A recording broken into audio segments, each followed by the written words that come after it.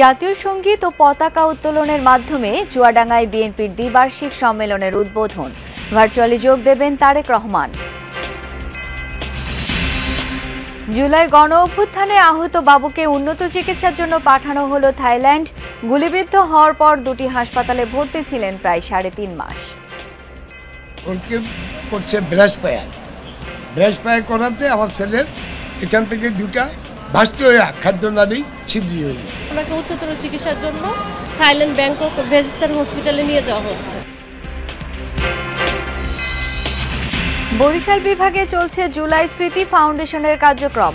অভ্যুত্থানের শহীদ ৭৯ জনের পরিবারের হাতে তুলে দেয়া হবে আর্থিক অনুদান।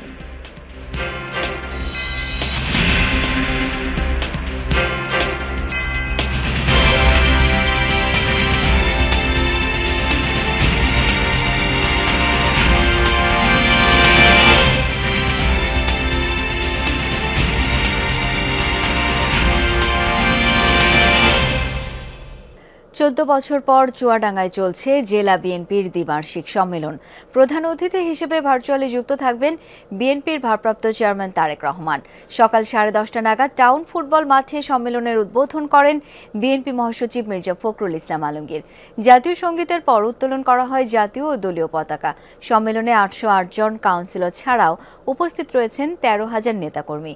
দুপুরের পর সাধারণ সম্পাদক ও সাংগঠনিক সম্পাদক পদে নির্বাচন হবে, যা অনুষ্ঠিত হবে Chuadanga collectorate school and college মাঠে, যেখানে কাউন্সিলররা জেলার নেতৃত্ব নির্বাচন করবেন। পুরো প্রক্রিয়া ভার্চুয়ালি যুক্ত থেকে পর্যবেক্ষণ করবেন বিএনপির ভারপ্রাপ্ত চেয়ারম্যান তারেক রহমান। এরই মধ্যে বিনা প্রতিদ্বন্দ্বিতায় চুয়াডাঙ্গা জেলা বিএনপি সভাপতি হিসেবে মাহমুদ হাসান খান বাবু নির্বাচিত হয়েছেন।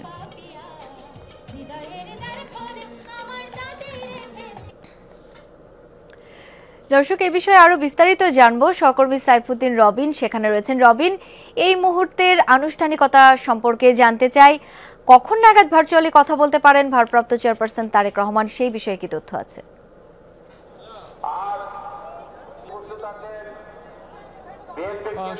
এখন কাউন্সিলের যাবতীয় যে সব প্রস্তাবনা রয়েছে সেগুলো আসলে উপস্থাপন হচ্ছে, অর্থাৎ বিশেষ করে কাউন্সিল উদ্বোধনের পর জাতীয় সঙ্গীত, দলীয় সঙ্গীত, সেসবের মধ্য দিয়ে উদ্বোধনের পর বিএনপি মহাসচিব উদ্বোধন করেন এবং এরপর করে দলের শোক প্রস্তাব, সাংগঠনিক রিপোর্ট সেই সবগুলো উপস্থাপন করা হচ্ছে কাউন্সিলরদের উদ্দেশ্যে।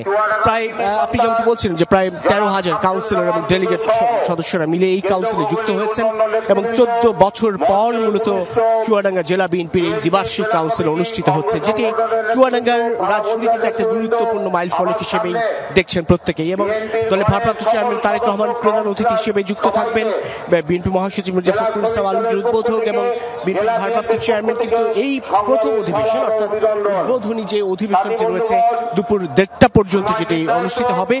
এরপর পাশেই, অর্থাৎ এই চুয়াডাঙ্গা টাউন ফুটবল মাঠের পাশে যে Chuadanga collectorate school and college রয়েছে, সেখানে যে ভোট অনুষ্ঠিত হবে সাংগঠনিক সম্পাদক এবং দলের সাধারণ সম্পাদক নির্বাচনের ক্ষেত্রে চুয়াডাঙ্গা জেলা বিএনপির, সেটি কিন্তু একেবারে অনলাইনে যুক্ত থেকে, ভার্চুয়ালি যুক্ত থেকে বিএনপির ভারপ্রাপ্ত চেয়ারম্যান তারেক রহমান পুরো বিষয়টি পর্যবেক্ষণ করবেন।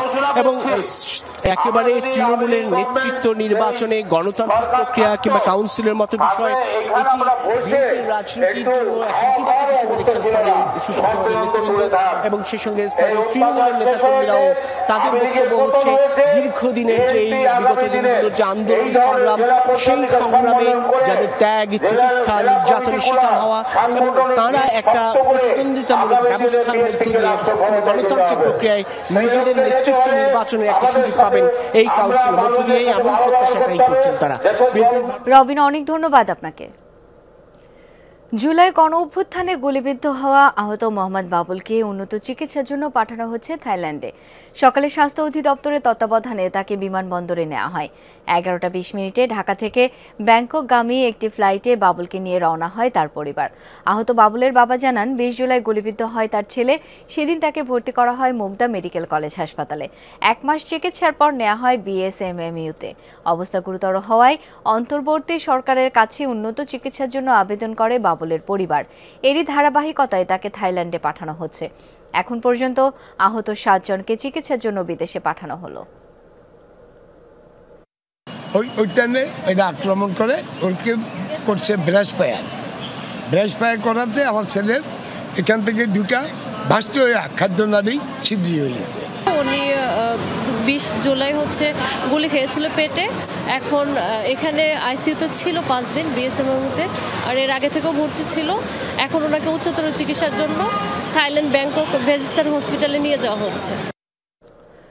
গণঅভ্যুত্থানে নিহত বরিশাল বিভাগের শহীদ ৭৯ জনের পরিবারকে আর্থিক অনুদান দিচ্ছে জুলাই শহীদ স্মৃতি ফাউন্ডেশন।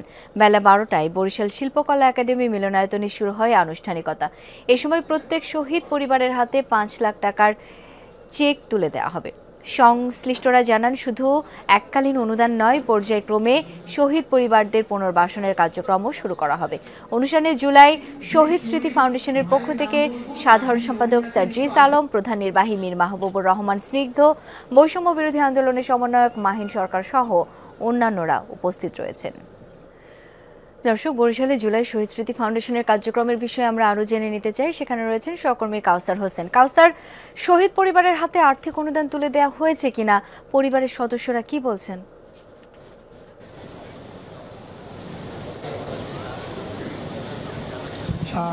এখন পর্যন্ত যে আর্থিক অনুদান দেওয়ার কথা সেটা এখন পর্যন্ত তুলে দেওয়া হয়নি, তবে কিছুক্ষণ আগে যে আর্থিক অনুদান দেওয়ার যে কার্যক্রম সেটি শুরু হয়েছে। এখানে স্বাগত বক্তব্য রেখেছেন জুলাই শহীদ স্মৃতি ফাউন্ডেশনের যিনি সাধারণ সম্পাদক রয়েছেন সার্জিস আলম, এবং এই অনুষ্ঠানটি পরিচালনা করছেন জুলাই স্মৃতি ফাউন্ডেশনের যিনি প্রধান নির্বাহী রয়েছেন স্নিগ্ধ, এবং এখানে বরিশাল জেলা প্রশাসন, পুলিশ প্রশাসনের কর্মকর্তারা উপস্থিত রয়েছেন, এবং বরিশাল বিভাগের ৭৯টি শহীদ পরিবারের সদস্যরা এই আজকের যে অনুদান কার্যক্রম সেখানে উপস্থিত আছেন। এবং জুলাই ফাউন্ডেশনের পক্ষ থেকে বলা হয়েছে যে বরিশাল বিভাগের ৬ জেলায় তাদের কাছে যে তথ্য রয়েছে সেখানে ১৩৪ জন শহীদ পরিবারের তথ্য রয়েছে, এবং তারা সেই শহীদ পরিবারগুলোর সাথে আগে থেকেই যোগাযোগ করেছেন, এবং যাদের সাথে যোগাযোগ করতে পেরেছেন তার মধ্যে ৭৯ জন শহীদ পরিবার এখানে উপস্থিত আছেন, এবং এখানে তাদের প্রত্যেক পরিবারকে ৫ লক্ষ টাকা করে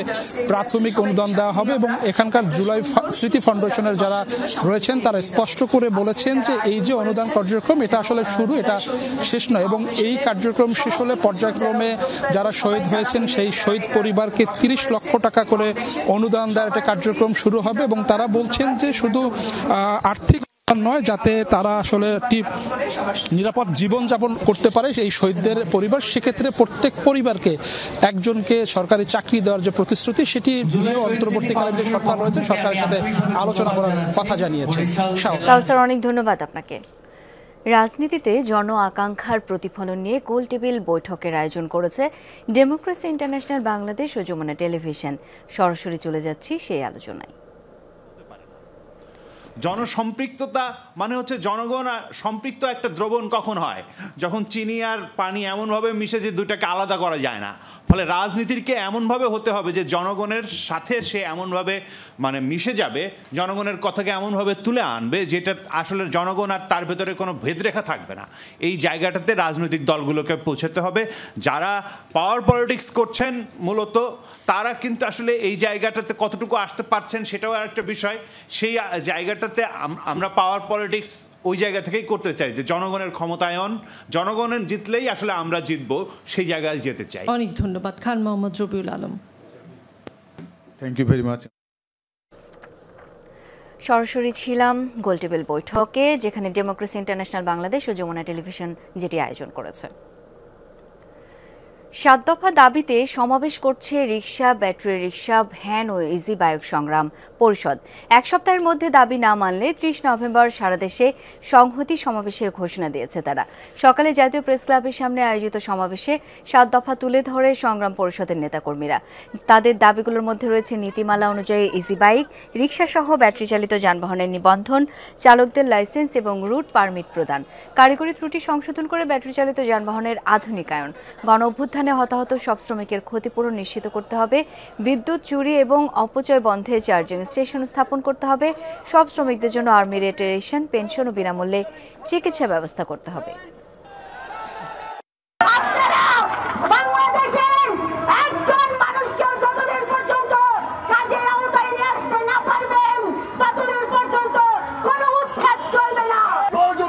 সংস্কার আপনারা না করেন তার আগামী দিনে তাদের শ্রমজীবী মানুষের যে শোষণ মুক্তির লড়াই, সেই লড়াইয়ে আগামী দিনে আবারও শ্রমিক শ্রেণীর নেতৃত্বে গণ অভ্যুত্থানের আপনারা অংশগ্রহণ করবেন।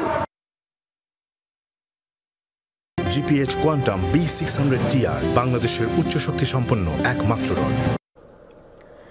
গাজীপুরের শ্রীপুরে পিকনিকের বাসে বিদ্যুতায়িত হয়ে ইসলামিক ইউনিভার্সিটি অব টেকনোলজি IUTর 3 শিক্ষার্থী নিহত হয়েছে, আহত অন্তত 30 জন। এ বিষয়ে আরো জানবো, যুক্ত হচ্ছেন সহকর্মী হোসাইন আলী বাবু। বাবু, এই দুর্ঘটনা কিভাবে ঘটলো বিস্তারিত জানাবেন। আহত যারা, কি অবস্থা এখন তাদের? শাওন, সকাল 9টার দিকে আসলে এই ঘটনাটি ঘটেছে। তারা ইসলামিক ইউনিভার্সিটি থেকে 6টি বিআরটির দোতলা বাস, সেই দোতলা বাস করে আসলে মাটির মায়া নামে একটি রিসোর্ট, সেই রিসোর্টে তারা যাচ্ছিল। সেই ক্ষেত্রে আসলে জয়নাবাজার এলাকায় সেই যে উদয়খালী যে গ্রাম, সেই গ্রামে আসলে একদম সরু রাস্তা, সে রাস্তার উপরে আসলে বৈদ্যুতিক তারের যে খুঁটির যে তার, সেই তার ছিল, তার একদম নিচা ছিল। দোতলা বাসের মধ্যে লেগে আসলে কারেন্টের বৈদ্যুৎ পৃষ্টি হয়ে ঘটনাস্থলেই একজন মারা যায়। তারপর হচ্ছে ময়মনসিংহ মেডিকেল কলেজে নেওয়া হলে আরো 2 জন মারা যায়। ওইখানকার উপপরিচালক আমাদেরকে নিশ্চিত করেছেন এখানে 3 জনের মৃতদেহ রয়েছে এবং পাশাপাশি আহত প্রায় 15 থেকে 20 জনের যারা আহত হয়েছে ওইখানে রয়েছে। তার পাশাপাশি কিন্তু গুরুতর অবস্থায় আরো 4 জনের অবস্থা গুরুতর অবস্থাতে, সে তাদেরকে আসলে চিকিৎসা দেওয়া হচ্ছে। এর মধ্যে 3 জন যে মারা গেছে তাদের আসলে আমরা নাম পেয়েছি। একজনের নাম হচ্ছে মোজাম্মেল হোসেন, মোস্তাকিল রহমান মাহিন এবং জুবায়ের আলম সাকিব। এই 3 জন আসলে বিদ্যুৎ পৃষ্ঠ হয়ে মারা গিয়েছেন। এবং এই এলাকায় আসলে এই যে মাটির মায়া রিসোর্টে যারা যাচ্ছিল তারা আসলে সবাই পিকনিকের যাত্রী ছিল। গাজীপুরে যে বুটবাজার রয়েছে, সেই বুটবাজারের ইসলামিক ইউনিভার্সিটি, সেই ইসলামিক ইউনিভার্সিটির 430 জন স্টুডেন্ট আসলে এই পিকনিকে আসতেছিল। তো তখন এই দুর্ঘটনা। খুবই দুঃখজনক একটি ঘটনা বাবু, ধন্যবাদ আপনাকে। ইসরায়েলের উত্তরাঞ্চলে হামলা অব্যাহত রেখেছে লেবাননের সশস্ত্র সংগঠন হিজবুল্লাহ। শুক্রবার মুহুর্মুহু রকেট ছুড়েছে দেশটির হাইফা সহ আরও কয়েকটি এলাকায়। এছাড়া দখলকৃত গোলান মালভূমিতে ইসরায়েলের একটি সামরিক স্থাপনায় হামলার দাবি করেছে হিজবুল্লাহ। তেল আবিব জানায়, শুক্রবার একদিনে 80টি রকেট ছুড়েছে গোষ্ঠীটি। একই দিন লেবাননের ভূখণ্ডেও ইসরায়েলি সেনাদের উপর হামলা চালিয়েছে তারা। হিজবুল্লাহ জানায়, খিয়াম শহরে দুপক্ষের মধ্যে ব্যাপক সংঘর্ষ হয়েছে।